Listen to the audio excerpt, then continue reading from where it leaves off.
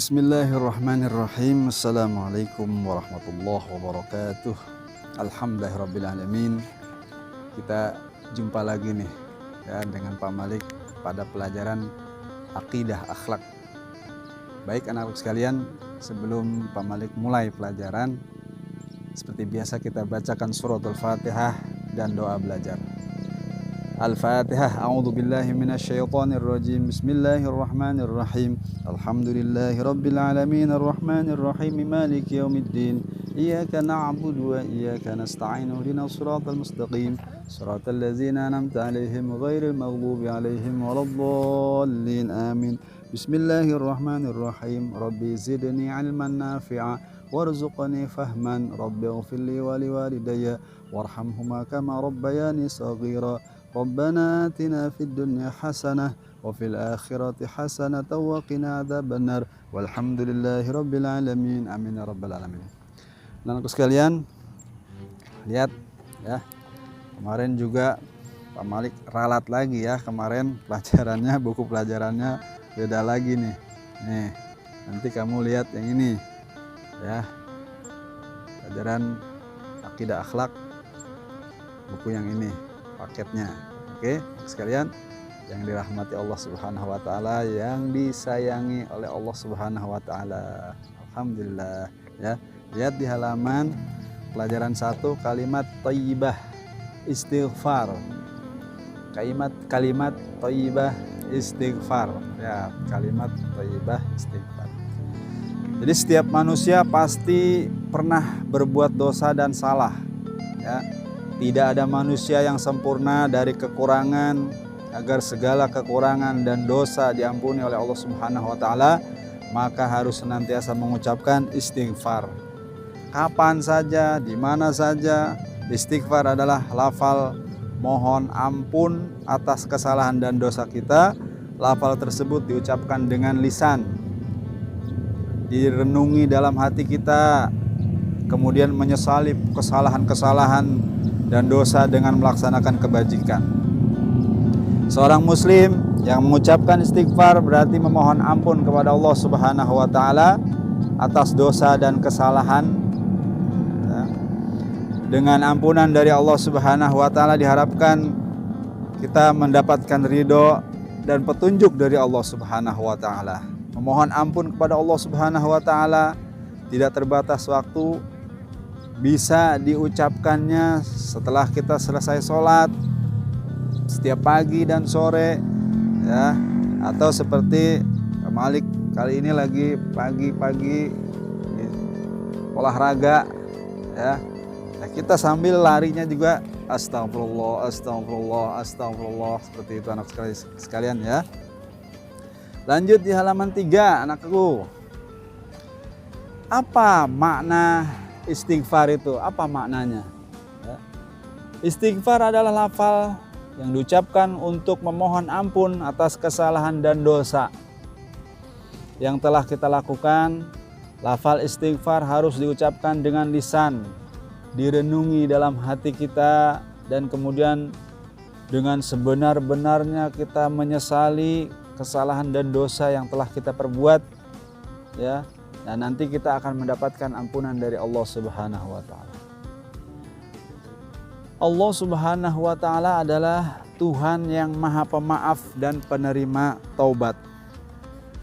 Karena kemurahan dan rahmat-Nya, Allah senantiasa membuka pintu maaf bagi orang yang terlanjur berbuat dosa dan dia mau bertaubat. Bacaan dari kalimat thayyibah istighfar adalah astaghfirullahalazim. Nah, kamu lihat tuh di halaman 4. Arti dari lafal astaghfirullahalazim. Aku meminta ampun kepada Allah yang Maha Agung, yang Maha Besar. Kalimat istighfar diucapkan sebagai bentuk ungkapan pengakuan akan dosa dan kesalahan yang dilakukan manusia kepada Allah Subhanahu wa taala dan permohonan ampun kepadanya. Manusia adalah makhluk yang tidak pernah luput dari dosa dan kesalahan, disadari atau tidak ya, kita menyadari atau tidak, kita pasti pernah melakukan kesalahan. Bagaimana sikap kita setelah melakukan kesalahan kepada seseorang? Sikapnya kita bagaimana? Jika melakukan kesalahan kepada seseorang, tentu saja kita harus meminta maaf kepada orang tersebut. Ya, misalnya kamu meminjam buku catatan milik temanmu dan tanpa sengaja ada bagian catatan yang robek. Ya. Atau saat kamu memakai sepeda milik temanmu dan kamu merusakkan sepeda tersebut sehingga membuat pemiliknya marah. Allah akan mengampuni kesalahan yang kita lakukan jika kita mau meminta maaf kepada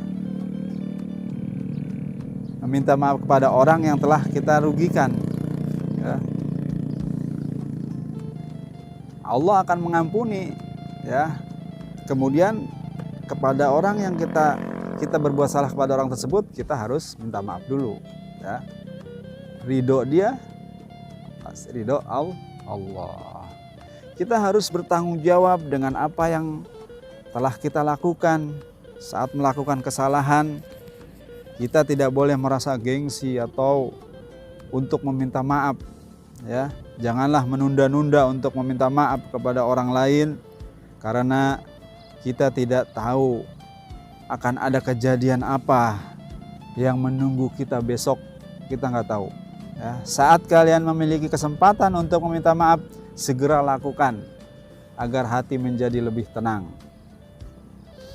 Banyak sekali orang yang bersalah tidak mau meminta maaf, bahkan mereka terkadang malah marah-marah katanya. Ya, saat diminta untuk meminta maaf, dia malah marah-marah. Orang-orang seperti itu merasa bahwa dirinya yang paling benar dan tidak menyadari kesalahannya. Orang-orang yang tidak mau meminta maaf dan malah marah-marah adalah orang tidak bisa menahan hawa nafsunya. Adapun orang yang memiliki keberanian untuk meminta maaf merupakan orang yang berjiwa besar. Dia dapat mengalahkan hawa nafsunya. Rasulullah SAW bersabda, "Laisa syadid bisur'ati, innama syadidu alladhi yamliku nafsahu indal ghadab." Ya, Rawahul Bukhari. Jadi bukan orang yang kuat itu yang jago bergulat, menang terus dalam bergulat, berkelahi. Akan tetapi orang yang sungguh kuat adalah yang dapat melawan hawa nafsunya ketika dia marah. Hadis riwayat Imam Bukhari. Jika kesalahan yang kita lakukan berhubungan langsung dengan Allah, kita wajib bertobat dengan memperbanyak istighfar kepada Allah. Dalam sebuah riwayat diceritakan bahwa dalam sehari Rasulullah SAW beristighfar lebih dari 70 kali. Padahal Rasulullah SAW adalah manusia yang telah dijamin Allah akan masuk surganya Allah. Seluruh dosa-dosanya telah diampuni, baik yang sudah dilakukan maupun yang belum dikerjakan. Kita sebagai manusia biasa banyak berbuat dosa dan maksiat, sudah selayaknya apabila sering memohon ampun kepada Allah. Mengucapkan astaghfirullahalazim dapat meredamkan hati yang sedang dipenuhi oleh rasa marah, serta dapat mengingatkan kita untuk tidak mengulangi lagi kesalahan yang sama. Bukankah tidak baik jika melakukan suatu dosa atau kesalahan kemudian kita ulangi lagi? Ya.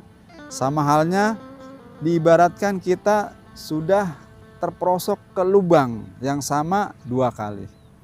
Artinya apabila kita melakukan kekhilafan, kesalahan dan beristighfar, seharusnya kita tidak mengulangi kekhilafan yang sama. Meskipun Allah Maha Pengampun, kita tidak boleh menjadikan ucapan astaghfirullahalazim sebagai bahan permainan.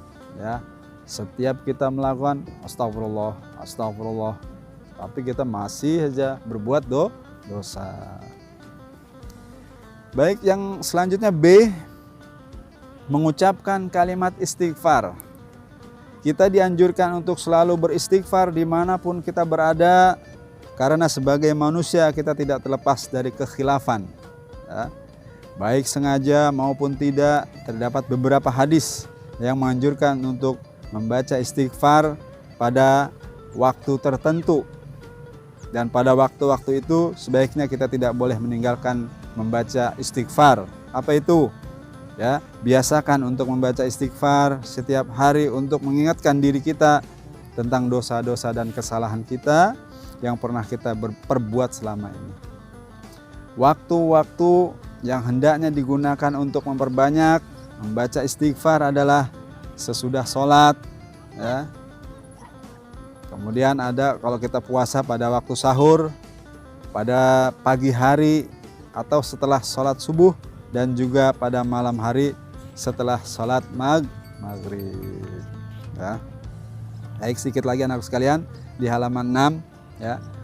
Kemudian terdapat beberapa waktu lain yang dianjurkan untuk membaca kalimat Astaghfirullahalazim.